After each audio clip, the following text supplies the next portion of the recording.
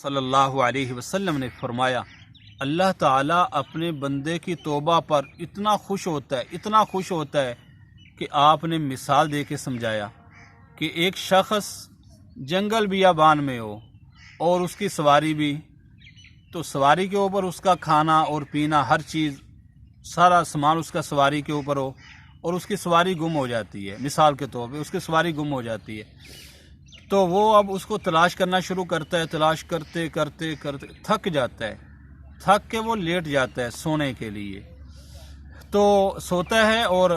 اس کے بعد جب وہ جاگتا ہے تو وہ دیکھتا ہے کہ اس کی سواری پاس کھڑی ہوتی ہے، تو نبی اکرم صلی اللہ علیہ وسلم نے فرمایا اب یہ شخص کتنا خوش ہوگا،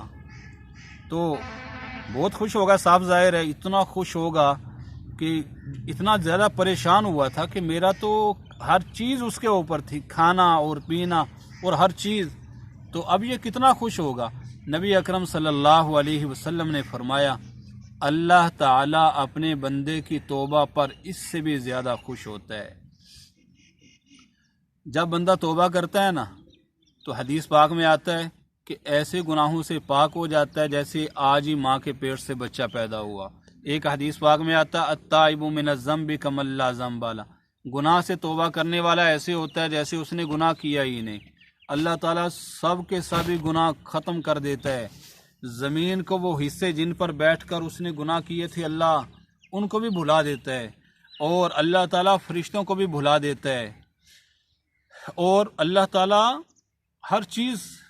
کو بھلا دیتا ہے، بس ختم کر دیتا ہے۔ ایسے اللہ تعالیٰ گناہوں سے پاک اور صاف کرتا ہے جب بندہ اللہ کی بارگاہ میں پکی اور سچی توبہ کرتا ہے۔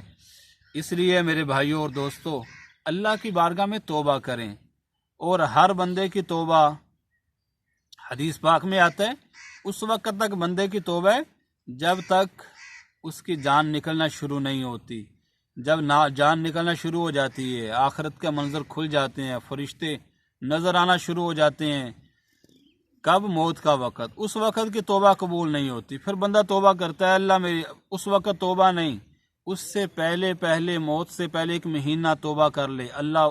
قبول فرماتا، ایک ہفتہ پہلے توبہ کر لے پھر بھی توبہ، ایک سال پہلے توبہ کرے، ایک گھنٹہ پہلے توبہ کر لے پھر بھی اس کی توبہ قبول ہے۔ نبی اکرم صلی اللہ علیہ وسلم کے پاس صحابہ کرام آئے، عرض کیا یا رسول اللہ فلانا نوجوان مر رہا ہے اور اس کی زبان پہ کلمہ نہیں جاری ہو رہا۔ نبی اکرم صلی اللہ علیہ وسلم اس کے گھر میں تشریف لے گئے، آپ نے اس سے فرمایا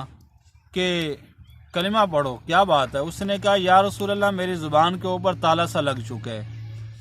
پتہ چلا کہ اس کی والدہ اس سے ناراض ہے۔ آپ نے اس کی والدہ سے فرمایا کہ اس کو معاف کر دو، اس نے کہا میں معاف نہیں کروں گی، اس نے میرا بڑا دل دکھایا ہے۔ نبی اکرم صلی اللہ علیہ وسلم نے فرمایا کیا تم راضی ہو کہ ہم لکڑی اکٹھی کر کے آگ کے اندر اس کو ڈالیں، آگ جلا کے؟ اس نے کہا نہیں میں اس کو معاف کرتی ہوں۔ جیسے ہی اس نے معاف کیا فوراً اس کی زبان پہ جاری ہو گیا لا الہ الا اللہ۔ تو اس طرح گناہوں والی زندگی انسان کو ڈوب دیتی ہے، غرق کر دیتی ہے۔ ماں کی نافرمانی اور شراب اور زنا اور چوری، یہ ایسا ہوتا ہے کہ موت کے وقت کلمہ نصیب نہیں ہوتا، اور جس کو موت کے وقت کلمہ نصیب نہیں ہوتا وہ ناکام ہے، جس کو موت کے وقت کلمہ نصیب ہو گیا وہ کامیاب، وہ سیدھا جنت میں، اور اس سے کسی گناہ کے بارے میں نہیں پوچھ ہوتی۔ حضرت ابوبکر رضی اللہ عنہ نے ایک مرتبہ آپ کی خدمت میں حاضر ہوئے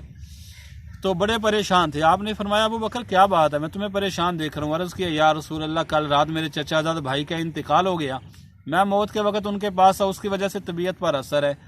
آپ نے فرمایا کیا تم نے اسے لا الہ الا اللہ تلقین کیا تھا؟ عرض کیا جی اللہ کے رسول کیا تھا۔ آپ نے فرمایا پھر اس نے لا الہ الا اللہ کہہ لیا تھا؟ عرض کیا جی اللہ کے رسول کہہ لیا تھا۔ آپ نے فرمایا پھر اس کے لیے جنت واجب ہو گئی۔